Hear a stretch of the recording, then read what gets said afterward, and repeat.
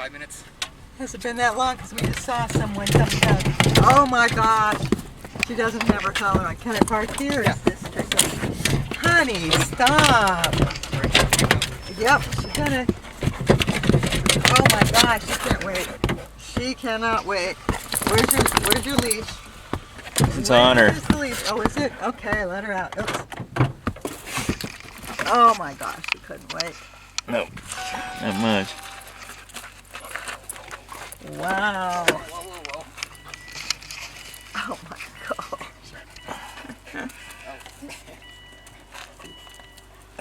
She's a nut. How was the flight?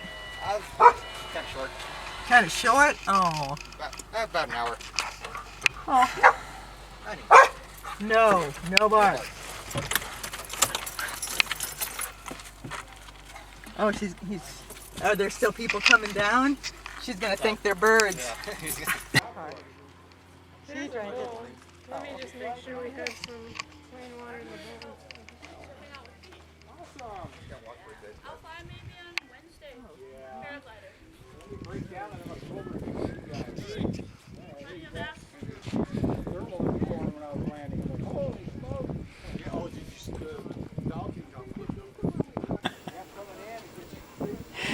Yeah.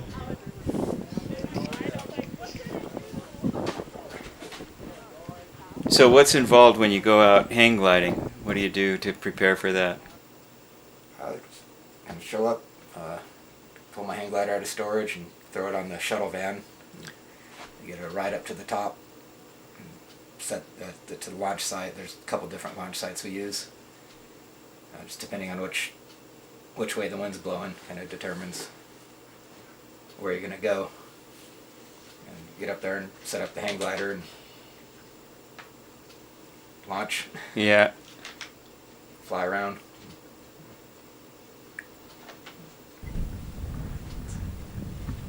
How long do you stay up? It just depends on conditions.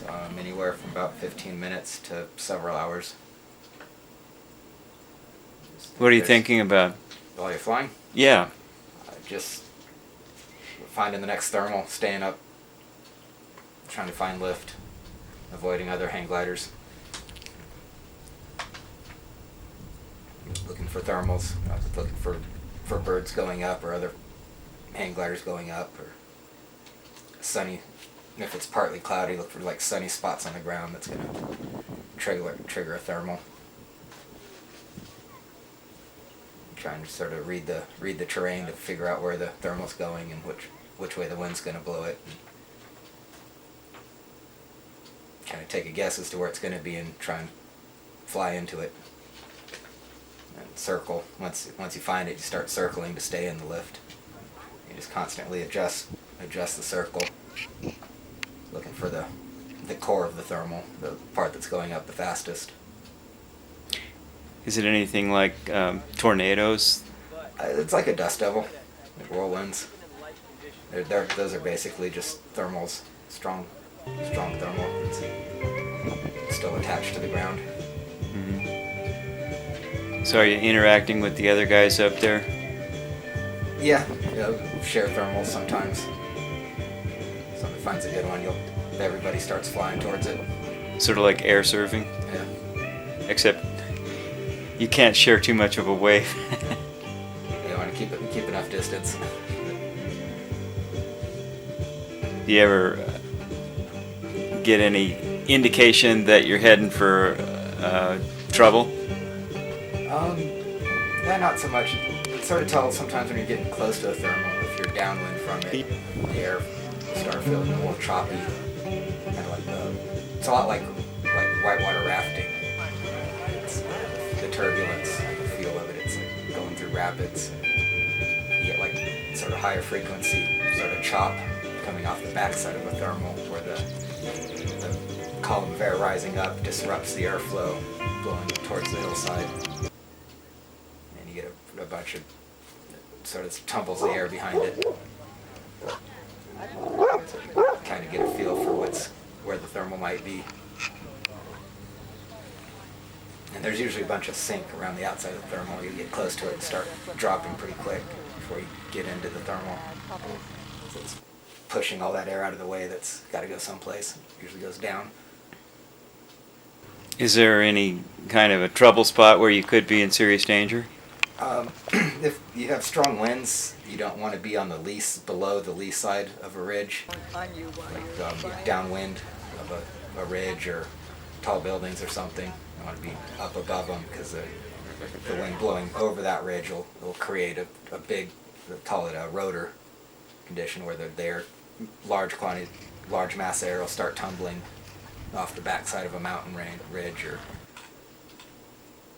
it's a mechanical turbulence. You want to stay out of that. Does it make a noise in your sails?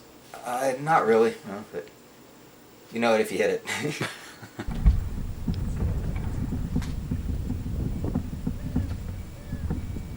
How many lessons did you take before you got your pilot's license?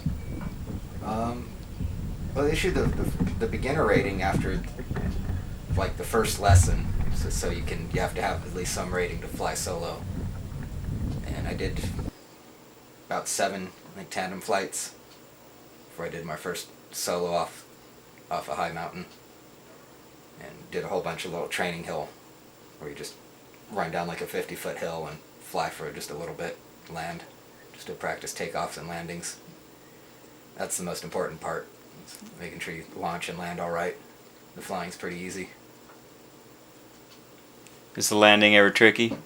Yeah, landings can be tricky. That's the hardest part, for sure, in a hang glider. So you gotta judge there's a lot going on when you're landing. You gotta be aware of the wind direction and how strong the wind's blowing is gonna affect how far forward you go and how quick you're sinking. And as you get closer to the ground, the wind velocity decreases, so your ground speed will increase because the glider's always going to fly through the air at the same speed. So when the wind starts dying down, as you get close to the ground, the glider's going forward faster.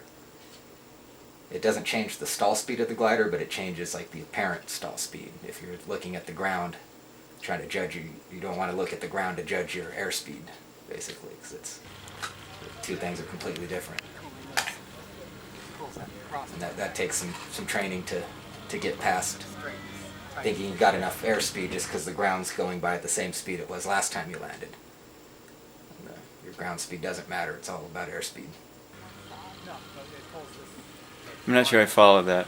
So the glider flies at trim, like hands off, my glider flies about 18 miles an hour, or 19, 20, something like that. The stall's about 18.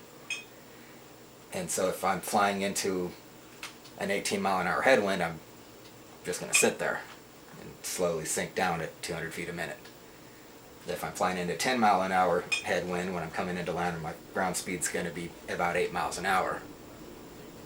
If there's no wind at all, my ground speed's going to be about 18 miles an hour when I'm coming into land.